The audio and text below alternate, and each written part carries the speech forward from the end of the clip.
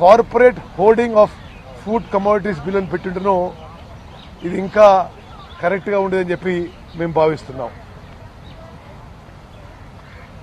ఈ యొక్క బిల్స్ యొక్క నిజమైన ఉద్దేశం, ప్రభుత్వం యొక్క ఉద్దేశం పెద్ద కార్పొరేషన్స్కి, అదానీస్కి, అంబానీస్కి, అమెజాన్కి, వాల్మార్ట్కి లాభాలు చేకూర్చడం, రైతులకి నష్టం చేకూర్చడం విధంగా ఈ బిల్లు ఉందని చెప్పి నేను మనవి చేస్తున్నాను.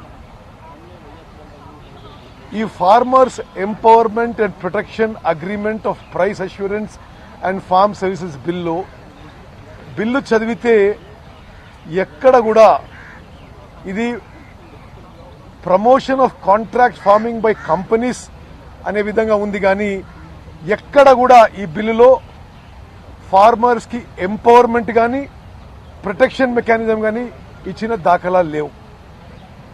అదేవిధంగా ఎక్కడ కూడా ఈ బిల్లులో రైతులకి ప్రైస్ అష్యూరెన్స్ కూడా ఇచ్చింది లేదు. It simply says any company can make contract with farmers for purchasing their produces or any farm services. Companies కి రైతులతో కాంట్రాక్ట్ చేసుకునే ఫ్రీడమ్ ఇచ్చారు, కానీ రైతులకి ఎటువంటి రక్షణ అష్యూరెన్స్ కూడా ఈ బిల్లులో లేదని చెప్పి నేను మనం చేస్తున్నాను. బిల్లో ప్రధానమంత్రి గారు పదే ఎంఎస్పి పద్ధతి కొనసాగిస్తాం అంటున్నారు, కానీ బిల్లులో మాత్రం ఎక్కడ కూడా కాంట్రాక్ట్ ప్రైస్ ఎంఎస్పి కంటే ఎక్కువ ఉండాలనే మాట ఎక్కడ లేదు. The bill does not even specify that the contract price should be above minimum support price. ప్రభుత్వానికి రైతు సంఘాలు కానీ, కాంగ్రెస్ పార్టీ కానీ లోక్సభలో బయట అనేక సందర్భాలుగా ఈ బిల్లులో మీరు ఎంఎస్పి ప్రొటెక్ట్ చేయదలుచుకుంటే తప్పనిసరిగా ఆ విషయం స్పష్టంగా మనవి చేయాలి. ఎవరు కొనుగోలు చేసినా ఎంఎస్పి కంటే ఎక్కువ ఉండాలనే విషయం పదే కాంగ్రెస్ పార్టీ చెప్పినా ప్రభుత్వం పట్టించుకొని వైఖరి మీరు అందరూ గమనిస్తున్నారు. అదేవిధంగా ఈ బిల్లు ప్రకారం కంపెనీకి రిటర్న్ కాంట్రాక్ట్ కూడా చేసుకునే అవసరం లేదు. కంపెనీ ఆ కాంట్రాక్ట్ వయలేట్ చేసినా రైతుకి ఏ విధంగా రక్షణ లేదు.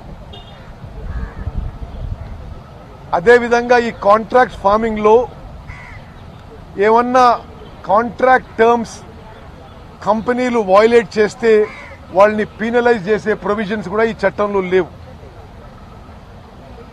We saw how multinational company PepsiCo, which attempted to penalize the potato farmers of Gujarat. The farmers organization had to fight back on the streets and in the courts to avoid the penalties. అదేవిధంగా ఆంధ్రప్రదేశ్లో, తెలంగాణలో చాలా సంవత్సరాల నుంచి చూస్తున్నాం. మరి ఈ companies విత్తన రైతుల నుంచి కూడా ఇదే పద్ధతి అవలంబిస్తూ ఆ విత్తన రైతులకు కూడా ఏ విధంగా ప్రొటెక్షన్ లేదో మనం గమనిస్తున్నాం. అదేవిధంగా ఈ కాంట్రాక్ట్ ఫార్మింగ్ అనేది it's an unequal arrangement. Small and marginal farmers on one side and big companies with their big capital, lawyers and legal support other side. It is clear that the bill has neither empowerment nor protection nor price assurance for farmers. It is a bill meant to give freedom to companies to do contract farming but nothing for farmers. మరి మనం essential commodities act amendment bill చూస్తే ప్రియాంబుల్లో it says the purpose is రైతుల ఆదాయం పెంచడానికి అని ప్రియాంబుల్లో ఉంది బిల్లులో. బట్ బిల్లులో ఎక్కడ కూడా మరి రైతుల ఆదాయం పెంచే విషయం వాళ్ళు ప్రస్తావించలేదు. ఇప్పుడు కూడా ఇప్పుడున్న ఎసెన్షియల్ కమోడిటీస్ యాక్ట్ మేరకు రైతుల మీద, రైతు సంఘాల మీద ఎసెన్షియల్ కమోడిటీస్ స్టాక్ చేసుకోవడానికి, అమ్మడానికి ఎటువంటి రెస్ట్రిక్షన్స్ లేవు. ఈ బిల్లు వల్ల రైతులకు ఎటువంటి ప్రయోజనం లేదు. సో ఎవరికి వస్తుంది ప్రయోజనం? ఈ essential commodities act amendment bill వల్ల agri business companies and traders ఈ బిల్లు ఒక్క లైన్లో చెప్పాలంటే removing all food stuffs from any regulation or restriction under essential commodities act. The companies and traders ఇప్పుడు ఈ చట్టం అయిన తర్వాత now have freedom to stock as much quantities of food commodities they want without limit on purchase, stocking, trading etcetera. వేరే మరి పదాలతో చెప్పాలంటే ఈ essential commodities act amendment bill corporations food commodities hold చేసుకోవడానికి ఉపయోగపడే విధంగా ఉందని చెప్పి మనం చూస్తున్నాం.